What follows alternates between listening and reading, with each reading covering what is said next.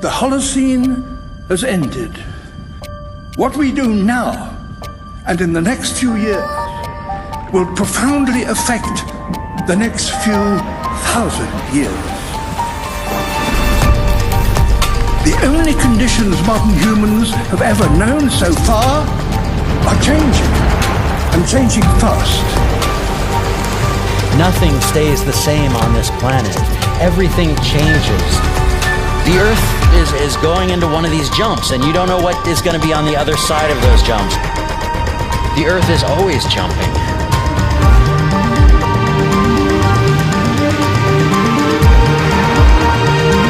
Things move on this planet. Things are not still. Everything is turning.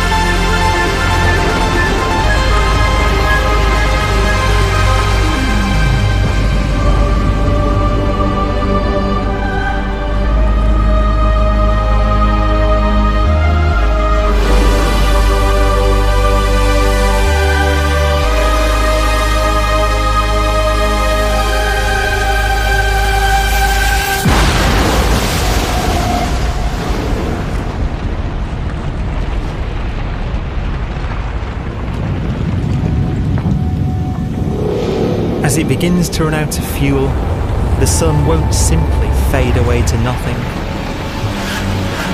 Its core will collapse, and the extra heat this generates will cause its outer layers to expand.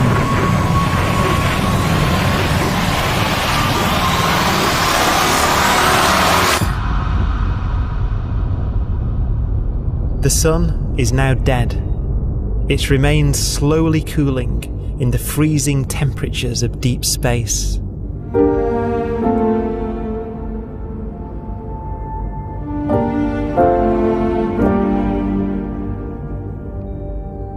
The fate of the sun is the same as for all stars. One day they must all eventually die, and the cosmos will be plunged into eternal night. All stars eventually will run out of fuel. The temperature of the universe drops. The stars, one by one, in the night sky will turn off. And there'll be no more new stars created. And so that the universe will end not with a bang, but with a whimper. And not in fire, but in ice.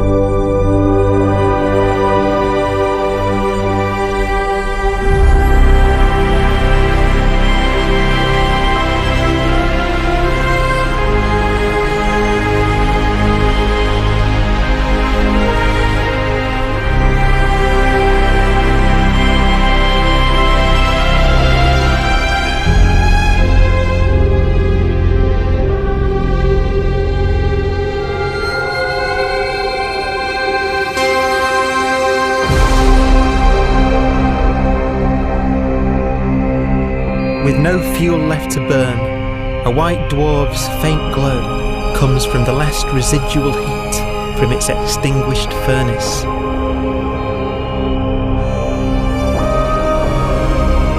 Looking at it from where the Earth is now, it would only generate the same amount of light as the full moon on a clear night.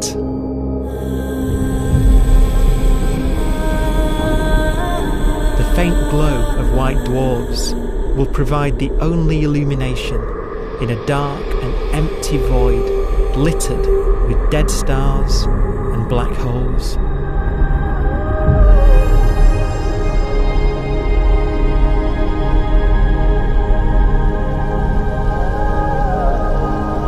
ways, it's kind of a ghost universe. It's the corpses, the zombie stars, that will take us into the future.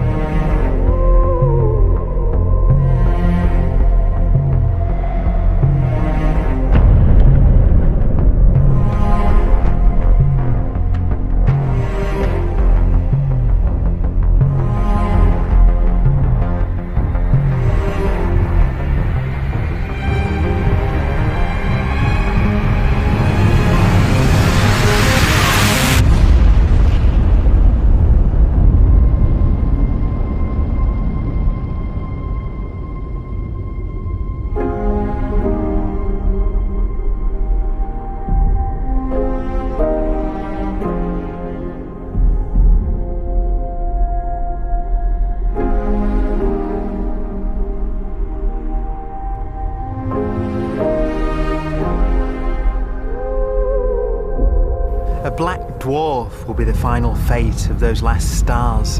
White dwarfs that have become so cold that they barely emit any more heat or light. Black dwarfs are dark, dense, decaying balls of degenerate matter, little more than the ashes of stars. Their constituent atoms are so severely crushed that black dwarfs are 1,000,000 times denser than our sun.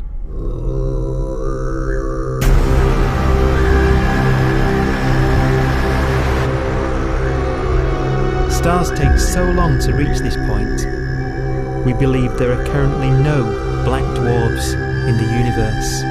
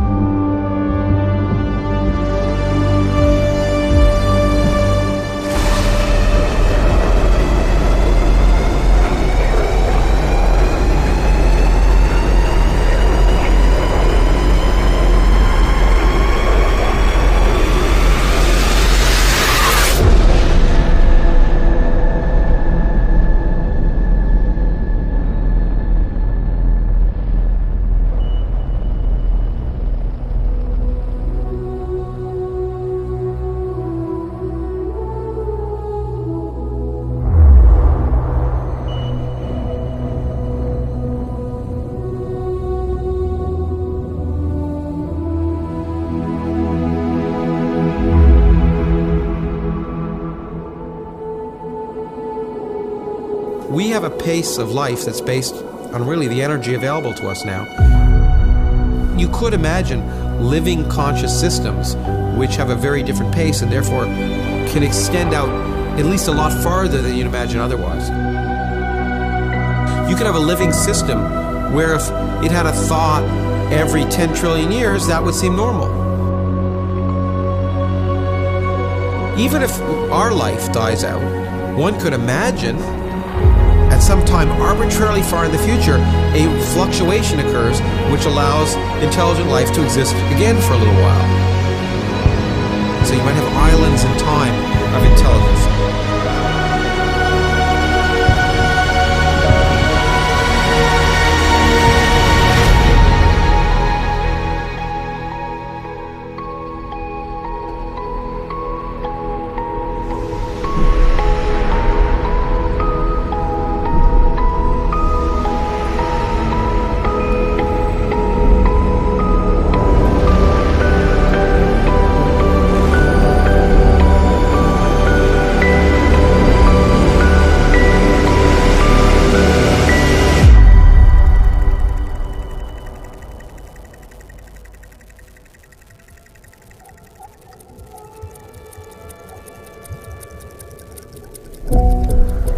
Proton, one of the fundamental building blocks of atomic matter, of what makes us up, can just spontaneously fall apart. Any material that evades the pull of a black hole eventually dies away as its protons disintegrate.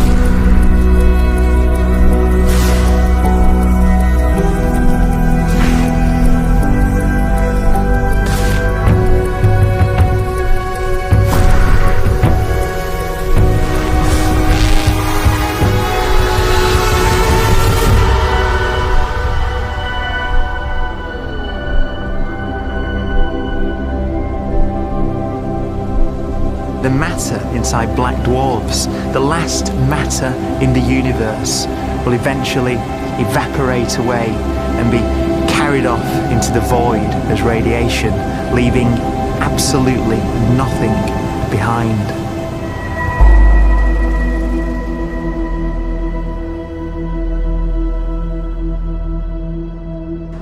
With the black dwarfs gone, there won't be a single atom of matter left. All that will remain of our once rich cosmos will be particles of light and black holes.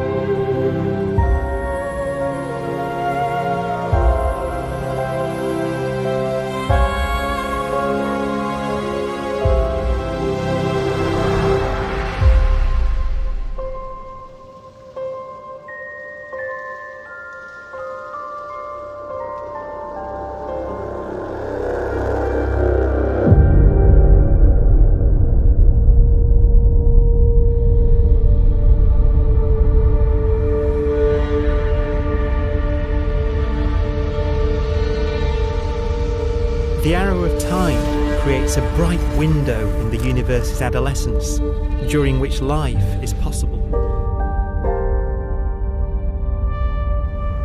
But it's a window that doesn't stay open for long. As a fraction of the lifespan of the universe, as measured from its beginning to the evaporation of the last black hole, life, as we know it, is only possible for 1,000th of a billion billionth billion billion billionth billion billion billionth of a percent.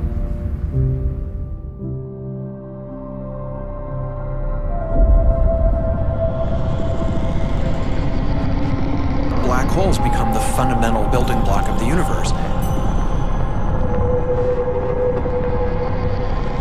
A galaxy will basically be a supermassive black hole in a center with smaller black holes orbiting it. Zombie galaxies filled with black holes continue to evolve. They'll eat each other and they'll get bigger, and maybe they'll fall into the supermassive black hole and it'll get bigger. The universe will still be an exciting, dynamic place. It's just that the timescales you're talking about are now trillions of years instead of thousands or millions of years.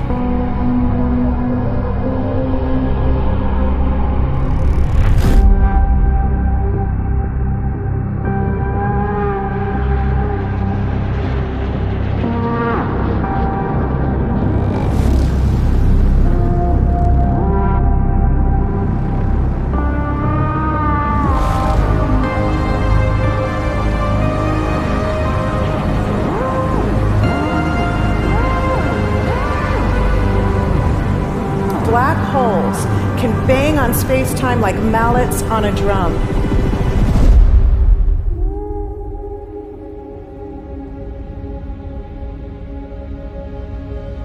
And they have a very characteristic song.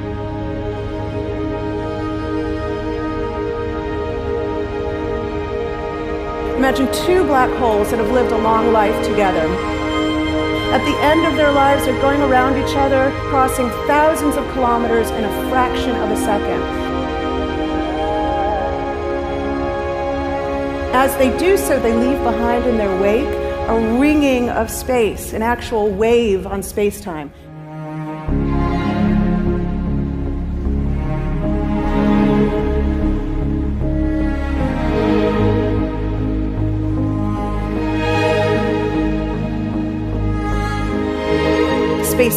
squeezes and stretches as it emanates out from these black holes banging on the universe. Those are the gravitational waves. They are literally the sounds of space ringing. And they will travel out from these black holes at the speed of light as they ring down and coalesce to one spinning, quiet black hole.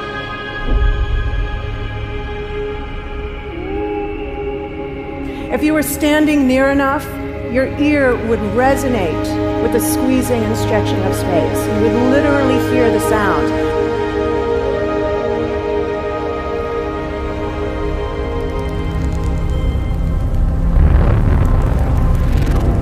Imagine a lighter black hole falling into a very heavy black hole. The sound you're hearing is a light black hole banging on space each time it gets close.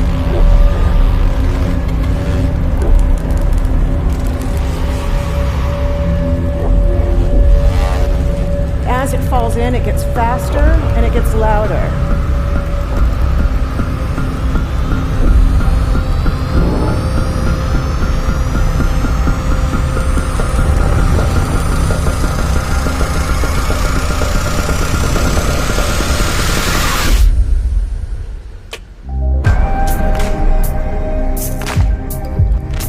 Scientists used to think black holes were immortal, but even these will one day die.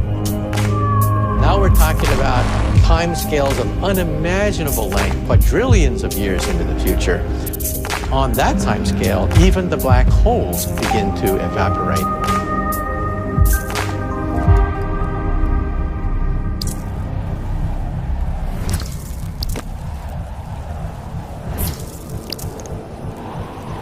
According to quantum mechanics, space is filled with virtual particles, antiparticles, that are constantly materializing in pairs, separating, coming together again, and annihilating each other.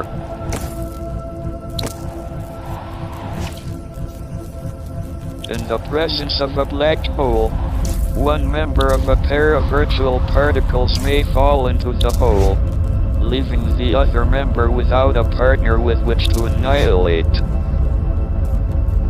The forsaken particle appears to be radiation emitted by the black hole. And so, black holes are not eternal. They evaporate away at an increasing rate until they vanish in a gigantic explosion.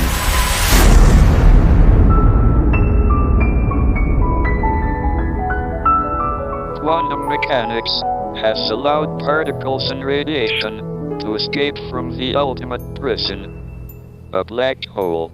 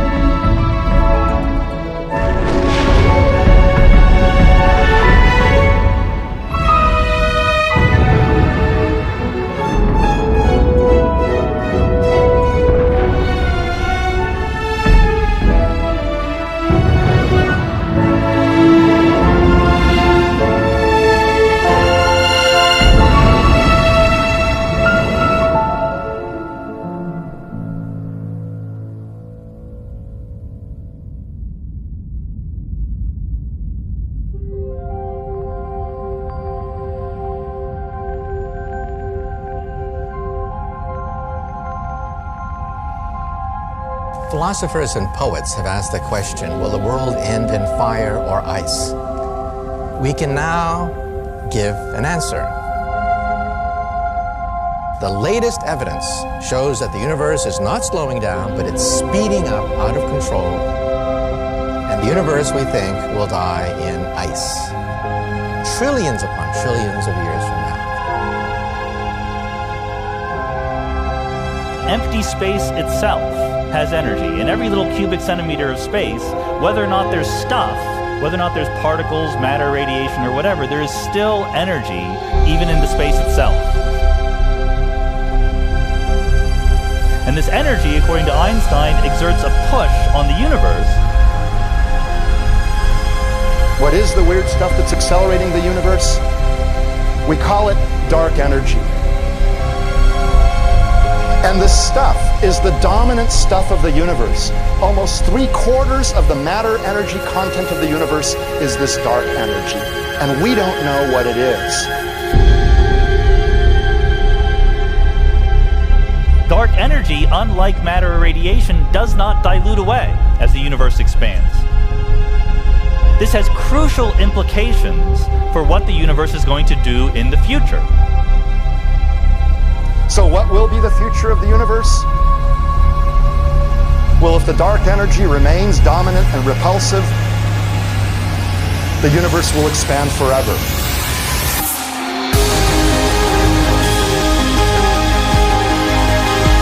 Faster and faster and faster with time. A runaway universe. 70% of the energy of the universe resides in empty space, and we don't understand why. But we do know what will happen. If that energy continues to be there, the universe will become cold and dark and empty. That's the future as it might be. We don't know because we don't yet understand the nature of dark energy. Until we do, we won't know the future. We won't even understand our own origins. And that's why we want to know and study this subject.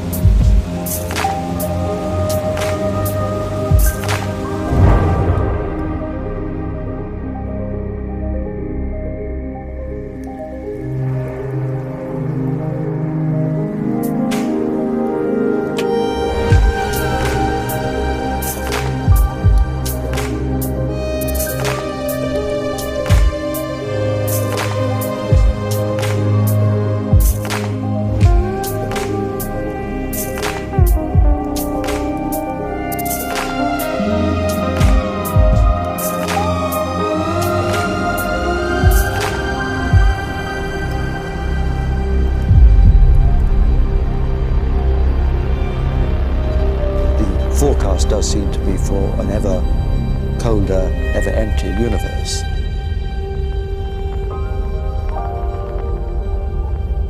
But then, of course, we have to ask, could that end lead to a new beginning? And there are ideas whereby what actually is the end of our universe could in some sense be linked to the beginning of a new one.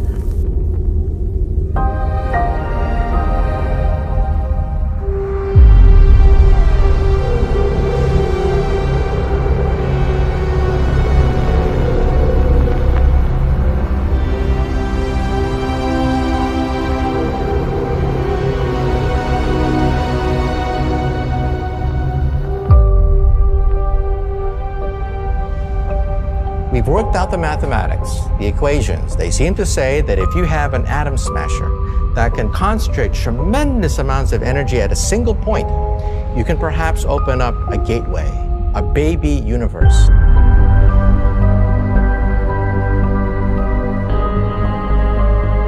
Facing the death of everything there is, this perhaps is their only possibility of escape. And this also raises a very intriguing possibility, sheer speculation of course, that perhaps any universe that has intelligent life in it will create baby universes, will create lifeboats, and proliferate child universes. So an evolution may take among universes in the multiverse. Survival of the fittest may take place. So those universes which do not have intelligent life are infertile. They have no children. But those universes that have mild temperatures, stars like us, would create civilizations that could open up child universes, and they would then proliferate.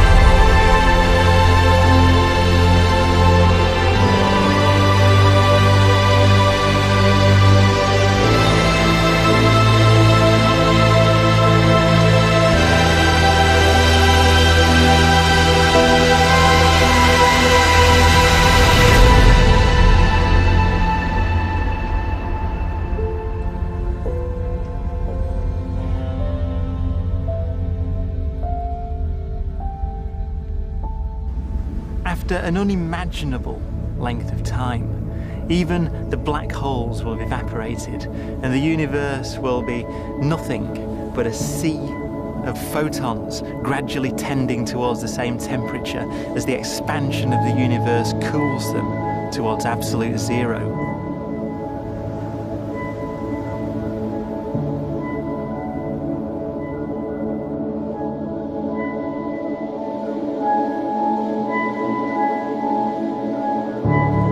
Once the very last remnants of the very last stars have finally decayed away to nothing, and everything reaches the same temperature, the story of the universe finally comes to an end.